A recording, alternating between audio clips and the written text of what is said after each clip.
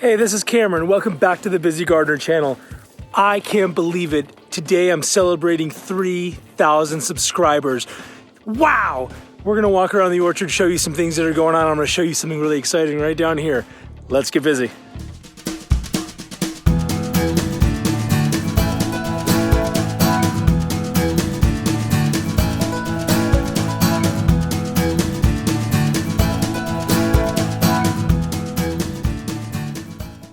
Okay, so I've been doing this YouTube thing for like a year and a half or so. I mean, I've had some other videos, but in terms of sharing what's going on in our garden and orchard, that's a pretty new thing. And it's been really exciting to see the subscriber count grow, the number of views grow, your guys' questions and comments, you guys sharing your experiences. It's been so encouraging and so much fun for me to do, really rewarding. And just passed an exciting milestone. 3,000 subscribers. It's unbelievable. It's crazy to think that that many people were even impacted. You know, the other day I met somebody who says, you know, you look kind of familiar. And I was like, usually I joke around and I say, oh, do you watch Channel 4? You know, just as a joke. And they say, yeah, I watch Channel 4. I go, yeah, me too. But then I said, no, in all seriousness, I said, do you watch any like gardening videos or anything on YouTube? And they said, oh my gosh, that's where I know you from. And Michelle and I were both like, no way, there are people who are watching and being impacted. In that case, they watch like a rose pruning video. That's a lot of fun. And so is knowing that there's kind of a community built up around this. Just too stinking cool to believe. I want to celebrate that. First of all, by saying thank you for being a part of this this journey for us. We're enjoying sharing our garden and our orchard with you. Some of the things that we're trying, some of the things that aren't working out, but kind of having you guys along for that and being part of that. It's so cool. Another thing I'm really excited to announce is the Busy Gardener. I just kind of may have seen this logo going around. I've got these logo tees, and it's exciting to launch that at the same time that we're doing this 3,000 subscribers thing. I want to celebrate launching this whole thing. I'm going to put a link to this in the description below. We're going to have a promotion, 10% off everything in the Busy Gardener store. I'm going to put that the code I think is going to be, how about 3,000 subs? 300 SUBS is going to get you 10% off anything in that store through the end of, let's say, November of 2019. All the way through the month, we're going to celebrate 3,000 subscribers and get you a chance to get some logo tees. Working on some other designs. I'm working with a really cool artist who has a lot of really great work. And so we've got some ideas, some things that are going to be fun that I think you're going to like. So anyway, that's so exciting. I'd like to take a minute and just give an update as part of this video, what's going on in the orchard right now. So let's jump around and take a look at what we got going on. We're seeing just the very, very beginnings of fall starting to set in over here. We're still dealing with these high temperatures here in Southern California, still in the low 80s, even though it's November. But we are starting to see some of the colors change. You see the berries have changed a bit. Maybe the jujube is the only other example of that. The jujube is getting a little bit yellowed out here. Some of the foliage is starting to change color because we did have a few cold nights. So maybe that jujube says, okay, I'm ready to take a nap. And then our pomegranate over there are starting to change a bit of color. Some of the other stone fruits, the apples, they'll look like they could put out fruit. In fact, my Dorset golden apple and I don't remember which pear it was at the top there, started putting out some rogue blooms. There were flowers trying to flower right now. And so I went and plucked those off because you don't want stuff to be fruiting when it's needing to go dormant. So I had to go pluck those off. But yeah, just kind of wacky. But we are starting to see the very, very beginnings of fall set in here. So this time of year, it is November, and so we're still like solidly into our fall fruit. And here we've got our Giant Fuyu persimmon. This is the type of persimmon that is more squat than the hachia, kind of more acorn-shaped persimmons. Fuyu persimmon are those that are non-astringent, so it doesn't make your mouth pucker up like you've bitten into a banana peel. This is sweet really from right now all the way through when it gets squishy, and so you're able to either slice it or eat it with a spoon. And really, really tasty. My dad's got those hachia persimmons, but this is nice because it doesn't overwhelm that. This is a pretty young tree, and thankfully this year it held fruit. I've got a couple of my braces up here, not because I'm especially worried about the branches breaking, but it's also keeping it off the ground. It turns out the bunnies really like fruit. Who would have thought? So I'm excited about this to be ready in the next, probably week or two. These persimmons going to be ready. Our lemon lime combo is just totally loaded with fruit. I love being able to come out here. I was able to use the lemons off of this for some pomegranate jelly the other day. These limes are so great to cut. I like putting those in like Diet Cokes. It's kind of a tasty thing. So it's so wonderful that these are really almost ever bearing as far as throughout the year. Makes it really convenient when you want a lemon or a lime. Wow, one of the coolest things that's really just so unbelievable is this ice cream banana, blue Java banana that is growing.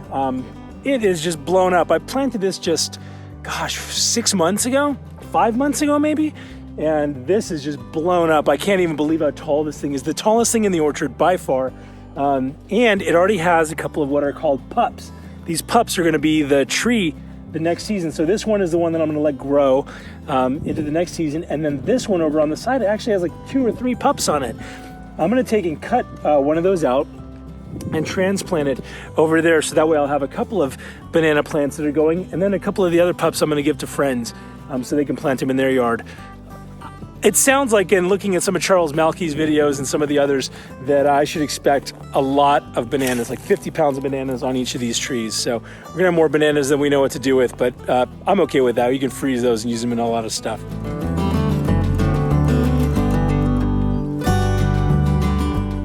If you've watched this channel for any period of time, you know that the thing that I've been probably the most frustrated about up here is my avocados. I've had issues with, I think, them drowning in the space that they are, so I've done stuff to mitigate that. I've raised them. Well, what I started to do was 2 things. One, I whitewashed them because they had sunburn on them. Came out here with Charles of IV Organics, and we painted these trees, and that's actually doing really well. I don't see any of the stress that I saw before. I've also increased the amount of watering to those. I've doubled up the watering, and it's for a longer period of time. And so finally, this Hass avocado, there was a bacon avocado, which is just a stick. Then the one that is surviving is a Pinkerton avocado, and to the side of it was a Reed avocado. Those, unfortunately, those 2, the Reed and the bacon, didn't make it. I was looking at Home Depot yesterday to see if there's one other avocado I want to flesh out my avocados in terms of the harvest season, so that way I have avocados year round. I haven't quite decided yet. I might. I don't entirely know where to put it. I feel like these were a little crowded as it is. So maybe we'll make do with the Hass and the Pinkerton. I think that has like 10 months out of the year covered. One thing that's been doing awesome though is this, what are they calling this thing? I know it's essentially like a hybrid dwarf avocado. Essentially, sometimes they call it Little-cado.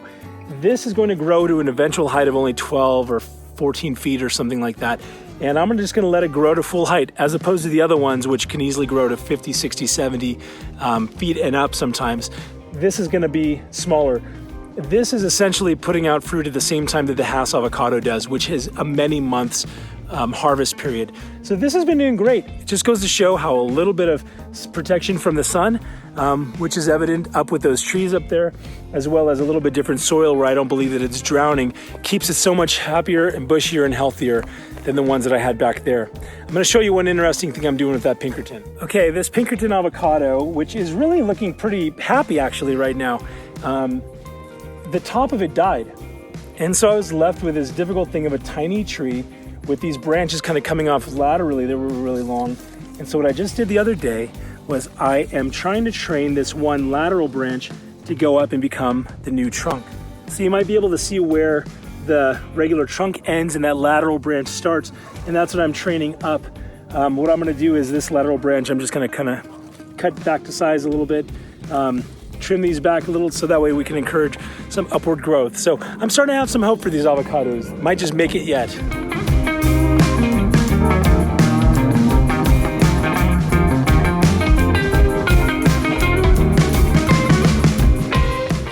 Okay, a final thing I want to show you back here, which is just really kind of blowing my mind, is the passion fruit. Passion fruit, I still really haven't had much passion fruit to figure out if I like it or not. However, I do like how this thing is growing. Use this thing as a cover for this chain link fence. I was gonna put it in multiple plants. This is a single plant. Look how much coverage. This is like 25 feet or something like that of coverage, and it is loaded with fruit. Loaded with flowers. I don't know if you can see the remnants of these flowers. Can you spot any fruit as we're going through? There's a fruit right there. I'm trying to get, this probably has I don't even know. They're hiding in there, so it's hard probably to see on film. But here's a fruit forming up here. As I go through this thing, I've noticed they're probably on both sides of the fence, maybe 50 fruit on either side. So probably off of this one vine. I mean, look at this. Look at this. Can you see that fruit in there? There's a fruit there. Here's a fruit here. Here's a fruit here. I mean, just loaded with fruit. Very, very happy with the production. Don't know if I like them yet, the actual taste of them, but I'm very happy with how this thing's producing. And so just look at it. It does a beautiful job of kind of blocking out, views into our orchard, and yet it's totally productive as well. Very, very cool.